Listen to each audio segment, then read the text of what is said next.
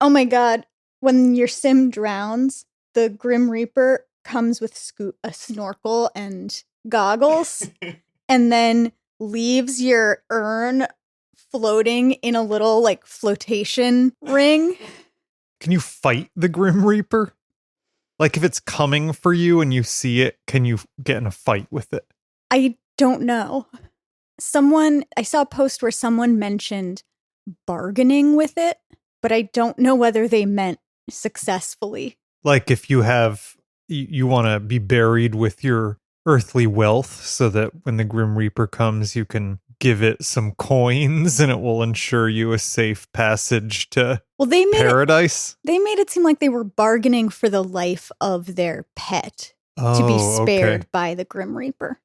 Well, in the videos that we watched, when the Grim Reaper comes for people, it's fairly emotionless and brutal. But when it comes for farm animals, it gives the farm animals loving caresses before. Only large farm animals, yeah. But I don't know why. It doesn't even do that with dogs and cats. Cats and dogs, it's like whatever. Yeah. But it seems like the Grim Reaper is a real soft spot for like cows and goats. Yeah. I'm still really fascinated by the implications of the Grim Reaper coming for that fox that died in someone's backyard. Well, and it was wandering through the person's house in order to access the backyard, which is pretty alarming. Sure. But whatever, it does what it wants. I'm sure it just takes the shortest route. But like, okay, so wild animals exist, have lives where they age and do activities totally independently, and then they die and their soul is collected by the Grim Reaper. And this is happening in the background all the time, do you think? Or like... Yeah. Well, the Grim Reaper's got to have like a Santa Claus situation going where it could be everywhere all at once. Because definitely things are dying all the time. So it is a busy schedule. Okay, sorry. I just found another incredible post title. I have a broken mod that makes my pet's offspring have human traits. And one of my kittens spawned with the homophobic trait. Well, it's like how apparently aliens can be lactose intolerant. Yeah, it's right up there with lactose intolerant. All right, aliens. Hold on. I've been recording this. We're talking about The Sims. We've been recently alerted to the existence of The Sims. Well, I think we both knew The Sims existed. I barely did. I knew about Sim City from like 1998. But surely you knew about The Sims also. I think a little bit. But in my mind, it was like elided with Second Life and whatever else people do when they want to have social interactions, but not with other people in the material world. Oh, wait, I don't think The Sims is a social game. Can you not? I think you play by yourself. There's no like online version where your people are interacting with other people? I don't think so. I think all the people are either controlled by you or by the computer. Huh. It seems like it would be more conducive to online play than almost any other style of game. I mean, from some of these bizarre glitches that people are reporting, I don't know if it's like stable enough for that. And also it seems like the entire ecosystem of the current version of The Sims, at least, is set up around the idea of selling you individual expansion packs for different things. And so how would people play in the same... Well, yeah, so there are glitches that allow odd things to happen, but then there are these expansion packs or mods. We've been really obsessed with the mod called... You can buy a mod for The Sims called Life Tragedies.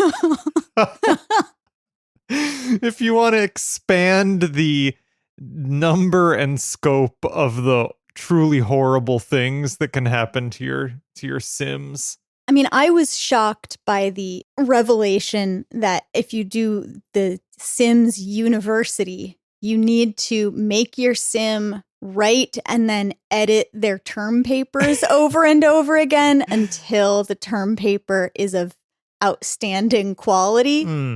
And then you need to also ask them to get feedback from other Sims on their presentation before they submit final presentations. Yeah, what The Sims allows you to do is recreate the most unpleasant and or mundane aspects of day-to-day life. But this is apparently what people want, because I was asking my friends last night, has anyone played The Sims? And we talked about this for a little bit. And one of them told me there was a recent they let users vote on what new expansion pack they most wanted. And by overwhelming majority, the addition people wanted was the ability to do laundry. Oh my God. Hold on. Here's some other things besides kidnapping and, I guess, serial killing that is in the Sims Life Tragedies mod. There's armed robberies. There's bullying. There's bullying. There's car accidents. There are the natural disasters, wildfires, floods, earthquakes, and plagues. And then my personal favorite, fatal illness. Whoa. Where your Sims can get a fatal illness that will require a risky surgery. This surgery will have a 20% chance of success. But if you elect not to get the surgery because you can't afford it, the illness will drain your Sim's life away and end up killing them. I don't know that they've found, I don't know that private health insurance, they've built that into the Life Tragedies mod yet, but it's probably coming. I mean, I understand from playing Stardew Valley what the appeal is of building a house and decorating it the way you want it to, and of having your little guy live a good life.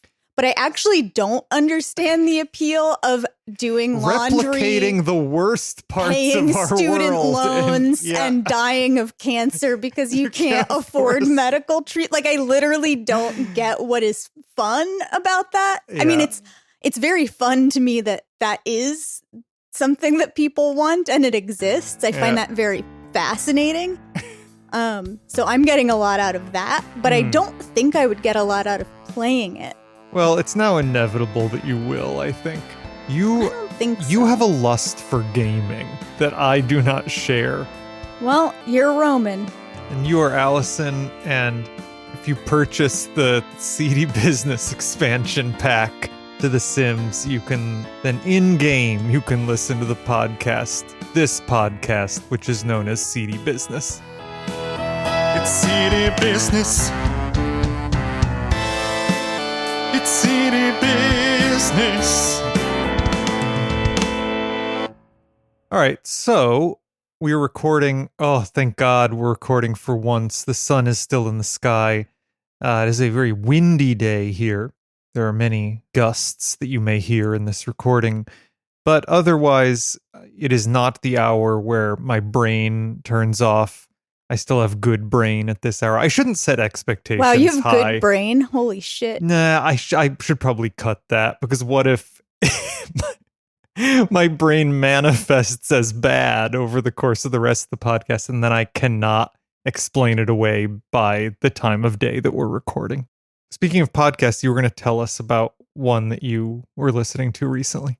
So I was catching up on This Is Love, which is an excellent Phoebe Judge podcast. Also makes Criminal out of Chapel Hill, North Carolina, our old stomping ground. And I saved for us to listen together to an episode about Gerald Stratford. Now, that episode's quite old. I think it's from December 2020. So it was more than a year old. It was recorded when Gerald Stratford was really, had reached his peak of viral popularity, I think.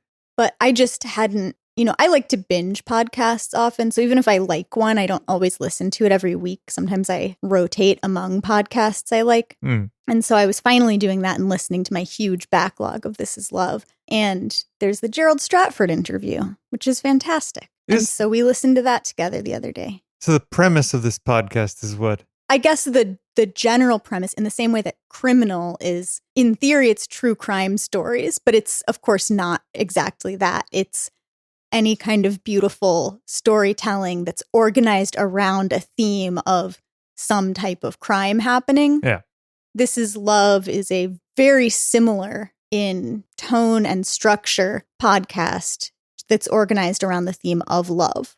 So when we started listening to this episode, I'd assumed that the love angle was about Gerald Stratford's love for Big Veg, which in some ways it is. But then it gets at a backstory between Gerald Stratford and his good lady, his partner Elizabeth, that I did not know about and that was very charming. It really was. I don't think we should spoil it, but I think we should.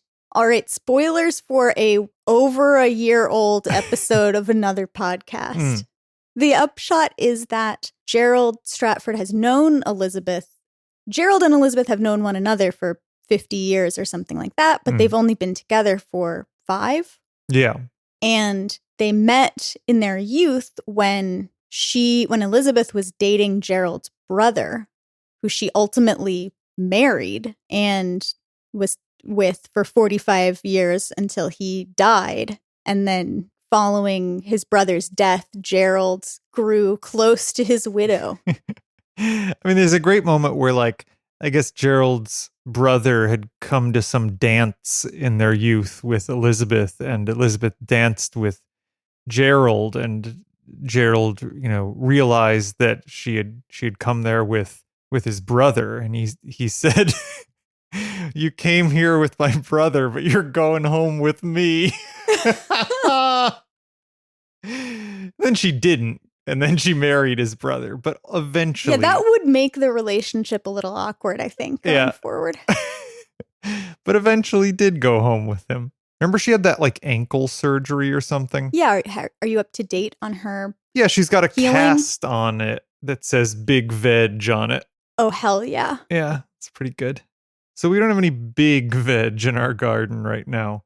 We have only the smallest the veg. Smallest possible veg. But what is in our garden? Then let us cultivate our garden. It's the only way to make life endurable.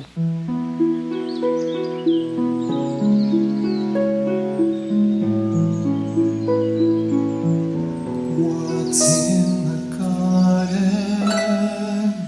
So there are just a few straggler kumquats left. The tree is losing, to me, a distressing number of leaves, but we fertilized it 2 weeks ago, and then I just fertilized it again today, so hopefully it'll bounce back. It might just not have gotten enough fertilizer towards the end of the fruit ripening. Yeah, it was working hard. Yeah, I mean, that was quite a bumper crop, I think. Yeah, I agree.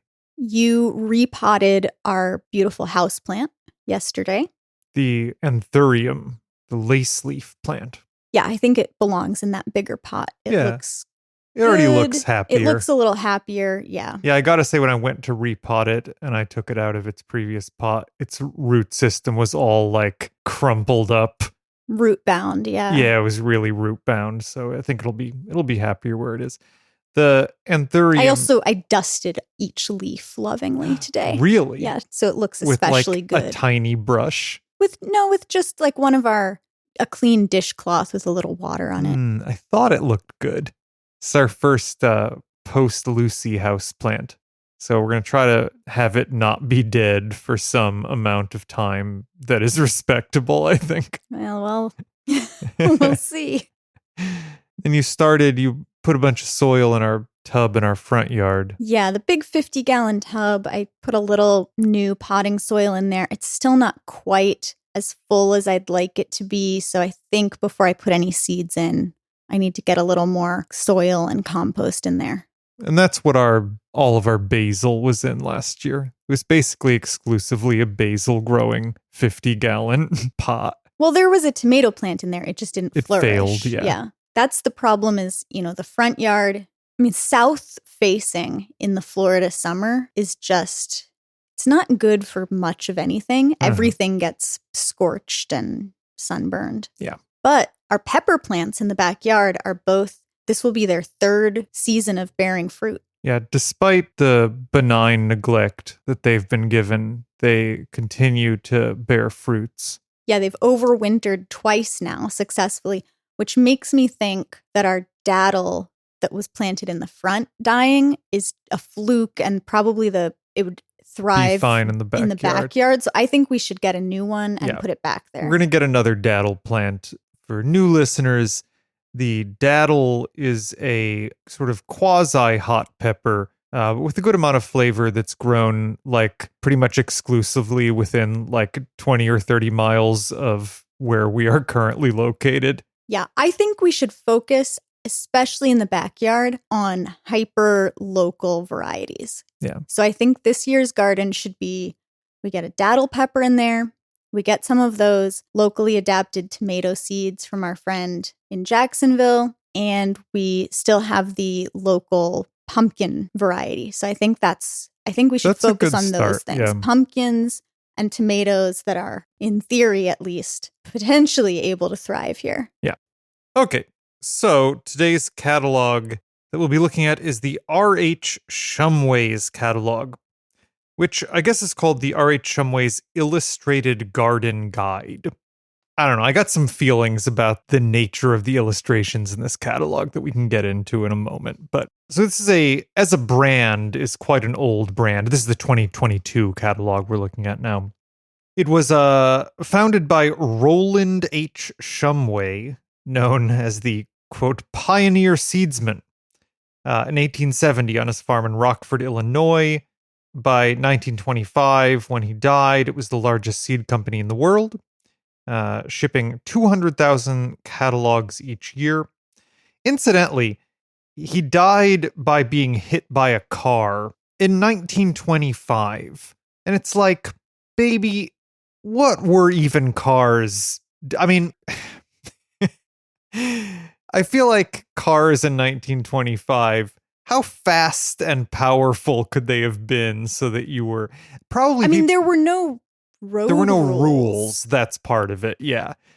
I mean, definitely people didn't know how to mitigate car accidents in 1925. But I mean, Pierre Curie was killed because he was hit by a horse-drawn carriage, right? Like, Sure. People just died of getting hit by things prior to cars. Right. Roads have always been dangerous in some way. I mean, what cars were there in the 20s? When were cars invented? I have no idea. 1890s? So, like, the 1920s weren't like Model Ts. Let me just open up the Wikipedia page for car. Let's find out. Let's learn together. Okay, 1886 is regarded as the birth year of the car. And the first car was the Benz patent motor wagon. One of the first cars accessible to the masses was the 1908 Model T. Looks like the Model A was introduced in the 20s. Maybe he was murdered by a Model A. Anyway, he got hit by a car like a loser. Company was taken over by his son Ray Shumway, who then died in 1933. Taken over by his grandson Lloyd Shumway, died in 1961. Long line of dead Shumways. In the 80s, the naming rights to the company were purchased and the company was moved to South Carolina. Interestingly, at this point, none of their original seed stock existed, and in order to like rebuild the company, they had to solicit specimens of their own seeds from independent seed savers to replenish their collection. And in 1999, they moved to Randolph, Wisconsin. Now, this is one of the companies owned by Jung Seed, along with, you may recall, Totally Tomatoes, Vermont Bean Seed Company, which I've been thinking about doing an episode on soon, HPS, and Seymour's Select Seeds. So this is like, as we'll get into, sort of a zombie catalog where it has a real, like, it's really trying to maintain its original vibe when it is not, like, owned by the same people, you know, in the same place anymore. You know, it is a shell of its former self, I think. And that is exemplified by, if you'll turn, Allison, to the inside cover. Do you want to read that note by R.H. Shumway III in the upper left? Dear gardening friends, here it is again, time to begin thinking about your next garden. We trust that all your gardening efforts were met with much success and that you're raring to grab all your tools and ready to get your hands dirty on the next one. So dig in to our new catalog where you'll find all your gardening needs. We have some great introductions this year. One of our most exciting new yet old varieties is 1,500-year-old cave bean on page 4. Interested to read that. An eye-catching bean that's, you guessed it, 1,500 years old. Great fresh or dried. Gotta be pretty dry if it's 1,500 years old. Phenomenal cowpea on our front cover lives up to its name with attractive plants, spotted peas, and healthy benefits. Give it a try. Montano Morado maize corn on page 5 has beautiful ears full of purple, nearly black kernels and was bred to mature quickly and thrive in short season areas. Our back cover features an exciting collection of some of the world's most famous tomatoes that have been improved. Better Boy Plus, Big Beef Plus, and Celebrity Plus are all sure to impress with their improved taste, yield, and disease resistance. You'll also find Murasaki sweet potato. Attractive purple skins cover delicious white flesh. That's great almost any way you cook it. Do you remember when we did a What the Fuck Is That? Where it was like Marvel superhero or tomato or whatever. It was a good idea. There was like beef and big beef for two of them. And it turns out beef is a Marvel character, but big beef is a tomato. Is a tomato. Big Beef Plus here. We hope you've enjoyed the time you've spent in your gardens, perhaps with someone special to you, your spouse, a child you're yearning to pass the love of gardening on to, or maybe just some friends who you shared your bounty with. As always, we appreciate your business and are proud to be a small part of those gardens you take so much pride in. Signed, R.H. Shumway III. Copyright, the R.H. Shumway 2022 catalog. All rights reserved and copyrighted. Okay, so I believe R.H. Shumway III does not exist. Oh, really? The internet indicates that that's not a real person. That's not a real person. I mean, someone prove me wrong, but I'm pretty sure that's not a real person.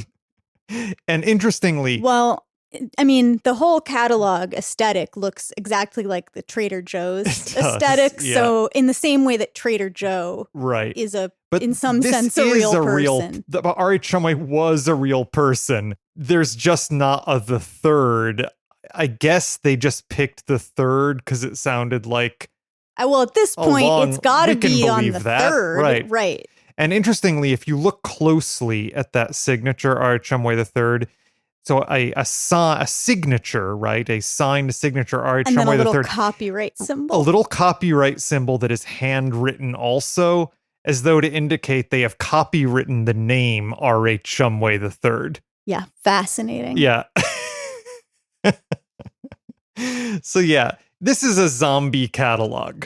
Nothing is real. Everything is grasping at authenticity, but nothing is real. What do you think about the cover? Hideous. Absolutely grotesque. I'm not holding back on this one. I've got some thoughts, but you start. Well, you probably share my thoughts. So first of all, this is probably, I mean, it's tied for or the biggest catalog that we've ever received. Absolutely enormous. It's enormous. I don't even know. Do you want to get out the ruler? We've done that before.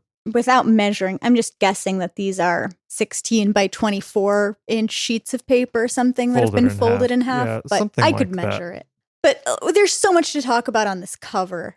So it's definitely trying to replicate the style of their oldie-timey covers, right? This is a very old catalog. I mean, the brand is very old. It had old style covers for a long time. It prides on itself on being quote unquote illustrated. But what is going on this cover? Okay, here's what I believe is happening on this cover. Someone is learning how to use Photoshop. And they've taken a bunch of old illustrations created at various times, maybe in the catalog's history. They've scanned them, and then they've attempted to crop different plants and turn them into a new arrangement. And thus, each item depicted is different in some way from every other. Like each is drawn in a different style. Yeah. And there are really crude lines around them. Like you can see that they've been cut digitally. Someone has been cutting them out in Photoshop and photoshopping them back together. Like and they randomly resized them, so they're not vectorized. And so, like, the resolution on some of them is absolutely horrible to behold. Yeah, it's like those eggplants are so blurry. It looks like I'm looking at like a JPEG from the mid-90s or something. Now, if you want to really get tripped out, look very closely at where those we'll link to this. Where the string beans are in front of that head of cabbage. Yeah. Someone is learning how to use the clone stamp tool in Photoshop. And I guess they've decided, like, they couldn't crop out the bean the way they wanted it to be or something like that. And so then they tried to clone stamp over it, selecting the cabbage, the part of the cabbage immediately next to where it should be. That's just not, clone stamp will never work that way. So there's a bunch of marker lines that are drawn that sample from a portion of the cabbage that's like half a centimeter over from where the line is, and it's like duplicated. You can see that it's basically like the lines of the cabbage are hiccuping. Yeah. And they've done it a bunch of times, all over the beans and all over the cabbage. It looks so shitty. They should be fucking ashamed. This is garbage. Yeah. And the thing is, like, the overall presentation of this catalog, you're right. It's going for like a Trader Joe's sort of old time but hip, like self-aware sort of vibe. Like if you just blurred your eyes and took a look, you'd be like, oh yeah, this is sort of going for I had in my notes, everything this catalog is like from a county fair or a old time candy shop or something like that. But even the most cursory examination, like, this is not intentionally like this. It is due to being the best done. They could do because they didn't give a shit. Yeah. They could have, at the very least, put some sort of blur filter over the whole thing so that you wouldn't notice the obvious dramatic resolution differences. Also, like, printing difference. This is why I think they actually scanned printed images from prior catalogs, because you can see like print marks on some of the plants, but not others. Well, definitely the way they did this is the fact that, I mean, they had 100+ years of old illustrated catalogs that were probably very good, probably very well illustrated, that they could just scan physical copies of, right? And like, look at what's happening above. I think it's maybe a turnip or something. Above that, so next to the celery, there's like a turnip and then a pumpkin behind it. Yeah.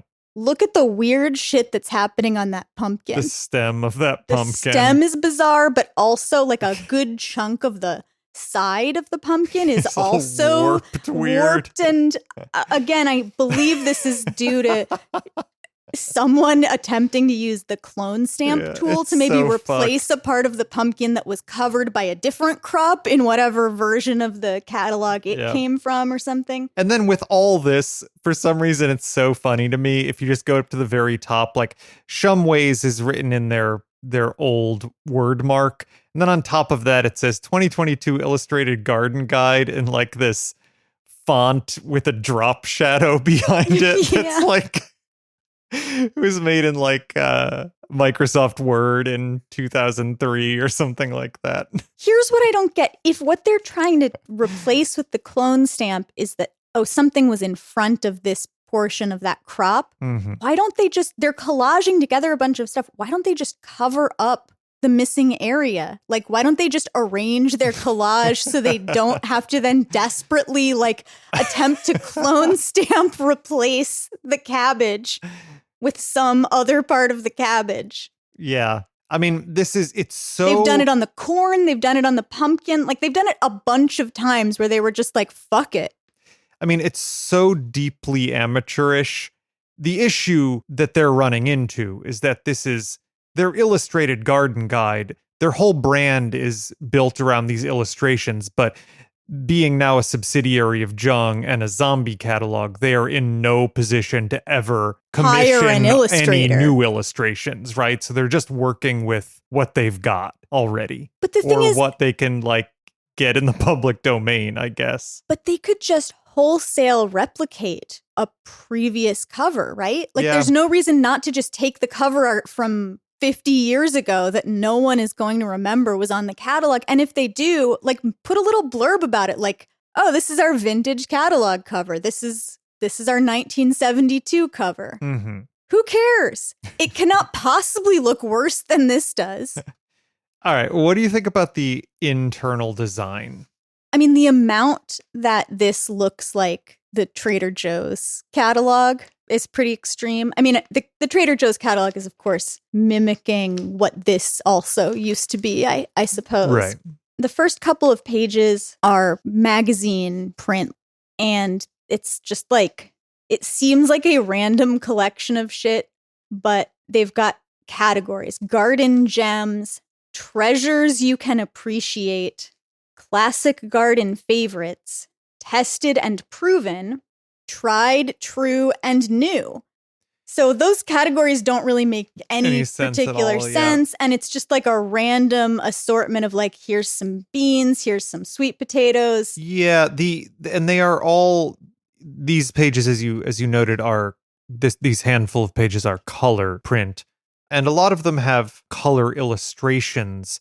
But then a lot of them are photographs as well, some of which they've attempted to put like a filter on top of so they look more like illustrations. Yeah.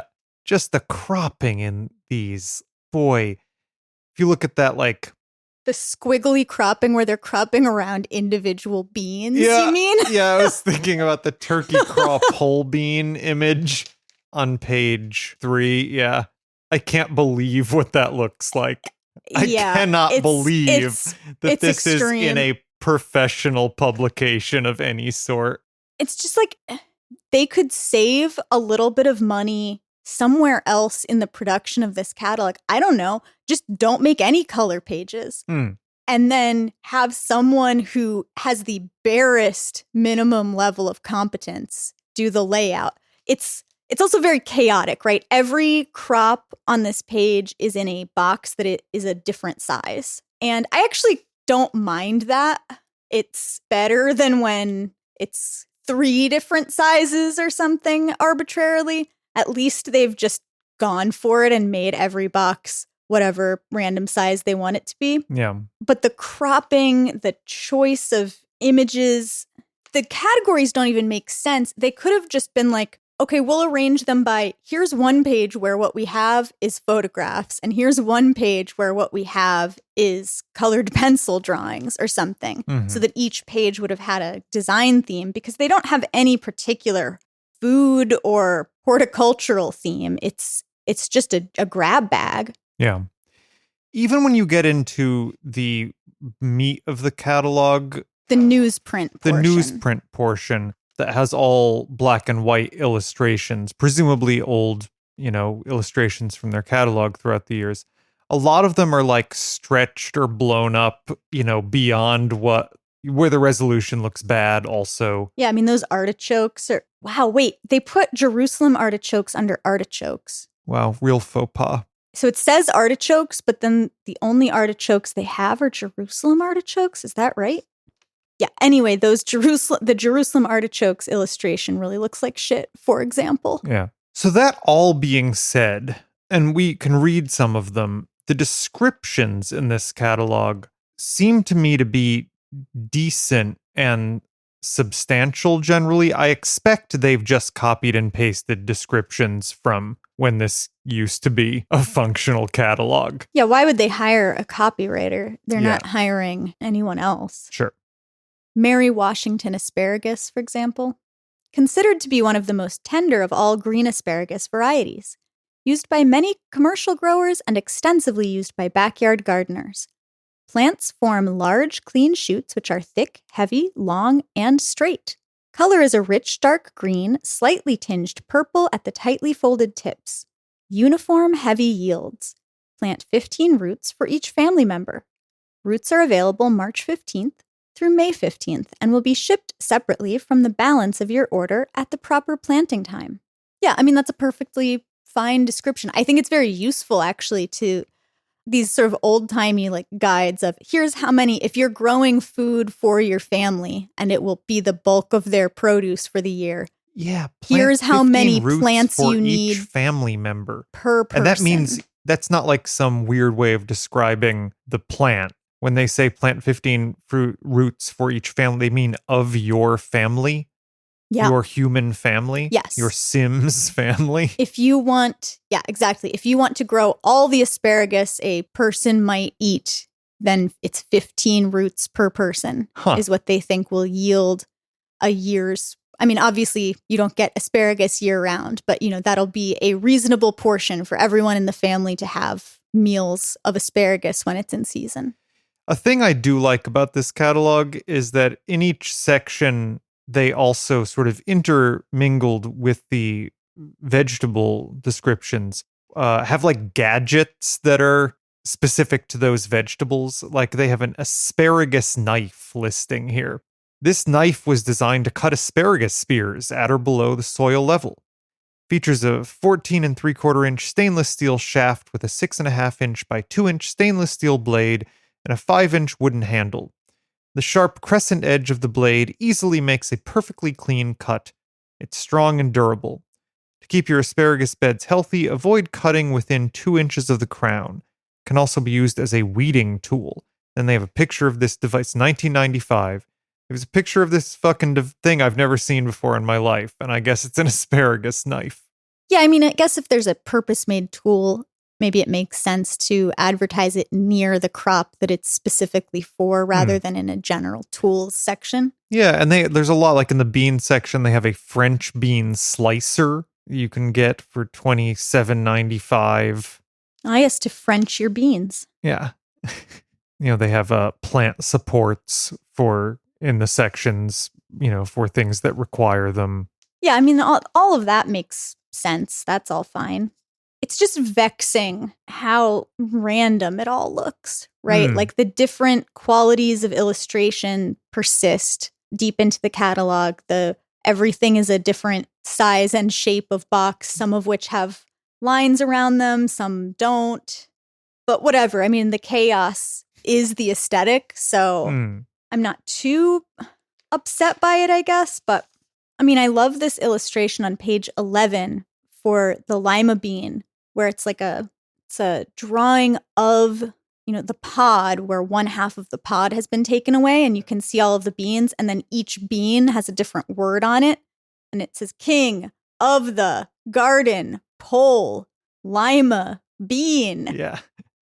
I'm pretty into that. It's definitely an illustration from their 1948 catalog or something like that. Do you want to read a few more descriptions? All right. Well, we can't miss the 1,500-year-old cave bean. Yeah, read that one. Southwestern or Western U.S. indigenous bean. Stories say the seeds were found sealed inside a clay pot in a cave in New Mexico. Stories say, huh? And that carbon dating showed them to be 1,500 years old. Attractive beans are white and red mottled, and the size and shape of a large kidney bean. Green pods can be used fresh when small, though usually used as a dry bean. Plants have a pole habit, climbing to 10 feet. Yeah, it seems like that story could be validated if true. I mean, someone would have there's no inclination found them. To there validate would be that. If they were carbon dated, then presumably there was a publication that arose from this. Well, I will say that Baker Creek also offers the 1,500-year-old cave bean. Yeah, even the Baker Creek description of this just says, this amazing native bean is believed to have been discovered inside a pitch-sealed clay pot in a cave in New Mexico. Believed to have been discovered is all. Carbon dating revealed the plant to be 1,500 years old, and no citation or reference to where that possibly could have come from. Yeah, I mean, if someone found these old beans in a cave and then carbon dated them and then grew some and found out that they grew and then commercialized them, surely there would be some documentation of this having happened. Here's Not that I've done any digging. Here's the story that I've found. But they would be able to say for sure what happened in these descriptions. They're just all copying from one another. Yeah. Here is maybe the origin of this story from an article, Minnesota homesteader grows beans from 1,500-year-old seed. Homesteading expert Jackie Clay achieved a minor miracle in her garden this year growing pole beans from a 1,500-year-old seed. She emailed me with the full story. When we lived in New Mexico, we were given a few seeds a neighboring rancher in Folsom, New Mexico found in a sealed clay pot in an old Indian ruin in his pasture. The pot and contents were carbon dated back 1,500 years. So this is a person saying she got them from, not from Baker Creek or from this catalog, but from the guy who found them in an old pot. I don't know. I'm pretty skeptical. Well, he had his backyard research reactor. Right, yeah. There is a Wikipedia page on oldest viable seed, and this seed has not made that page. There's some discussion about it, but it has not been validated. But if you're interested to know, the oldest carbon dated seed that has grown into a viable plant was the Silene stenophila, the narrow-leafed campion, an Arctic flower native to Siberia. Radiocarbon dating has confirmed an age of 31,800 years, plus or minus 300 years for the seeds. In 2007, more than 600,000 frozen, mature, and immature seeds were found buried in 70 squirrel hibernation burrows, 38 meters below the permafrost. Cool. Near the banks of the Kolyma River. The Arctic ground squirrels believed to have buried the seeds had damaged the mature seeds to prevent germination in the burrow, but 3 of the immature seeds contained viable placentar tussie, which was successfully germinated in vitro. The plants grew, flowered, and created viable seeds of their own. So yeah, I mean that's a story that seems like it has a lot more credibility to it than we found these old seeds in a clay pot and we promise we carbon dated them and they're 1,500 years old. I know there are very old seeds that have been found and grown successfully. I just think they wouldn't have to say, we heard that they were carbon dated, right? What a nice story, though. All right, before we go, we did mention last time that I had minted CD coin. We did have one listener comment I've talked to before saying like, you know that it's environmentally disastrous. Oh, yeah. And I do. I will say that the whatever technology that I used purports to be like far, far less damaging than Bitcoin. And also it's not being like traded or anything. It just exists in my Bitcoin wallet or in my crypto wallet right now. Yeah, I mean, it's moving it and doing stuff with it that's particularly bad. And of course, Bitcoin mining is also bad, but you created it and just hold a pool of it. Yeah, it just exists currently. But I did then find, are you familiar with, speaking of gardening-oriented NFTs, digital flower NFTs and the quote-unquote crypto garden community? I did not. Oh, well, it's upsetting. It sounds stupid already. Yeah, well, let me tell you about it. And by the way, dear listener, I'll mention that I also had this concern when Roman told me he had made a Lucy NFT and I actually didn't even include the part about the Lucy NFT on the last episode. Oh, well, now you can be upset about that. I made an NFT of our cat Lucy, our late cat Lucy. Again, it simply exists. I'm not going to pretend to fully understand why you did this. Well, I don't understand it either. Okay, so there are crypto flowers that you can grow. No. Disagree. Unfortunately, yeah. What does it mean to grow them? I'll read from cryptoflowers.io. You can purchase a digital flower NFT using cryptocurrency, or you can grow one yourself through the crypto garden community online. Since these flowers are digital, you, quote, won't need to actually own any land, dirt, or water to maintain them. But you will need their digital equivalents. So you need to purchase digital land, digital dirt, and digital water purchased through your crypto wallet. Man, this is definitely what Mark Zuckerberg wants. This is the future he wants, for sure. So you can grow crypto plants, but you need to get crypto dirt and water resources in order to grow these digital flower NFTs. Each crypto community garden has its set of rules around growing a digital flower NFT from a seed. The seed itself may be purchased, or you might exchange a different token or coin for it. Some NFT garden video games allow you to complete tasks to get a seed. Once you have your own digital flower NFT, you'll need to maintain it as you would a real plant. Some features you might use are watering cans, scarecrows, greenhouses, etc. No. Some community gardens may also have continuously changing weather that affects each NFT differently on different days. Presumably, this means that your NFT plant can die too if you don't continue to buy crypto water in order to. Wow. That's one of the worst things I've ever heard. The worst. Here's the thing. It's so bad and so dumb. Independently of one another, it is both so bad and so dumb. Yep, I really hate it. All right, and if you're so inclined, you can elect to follow us on Twitter at @CDBusiness or on Instagram at CDBusinessPod. You can email us at cdbusinesspod@gmail.com. Let us know if you want us to talk about a particular catalog or leave us a review. That'd be great.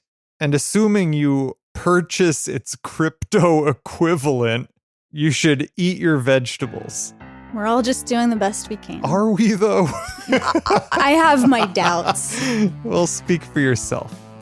It's CD business. It's CD business. Boring talk about seeds, CD talk between boys. Mind-numbing chatter about ovules and spores. We'll dig a ditch and moan and split the difference. CD business. It's CD business.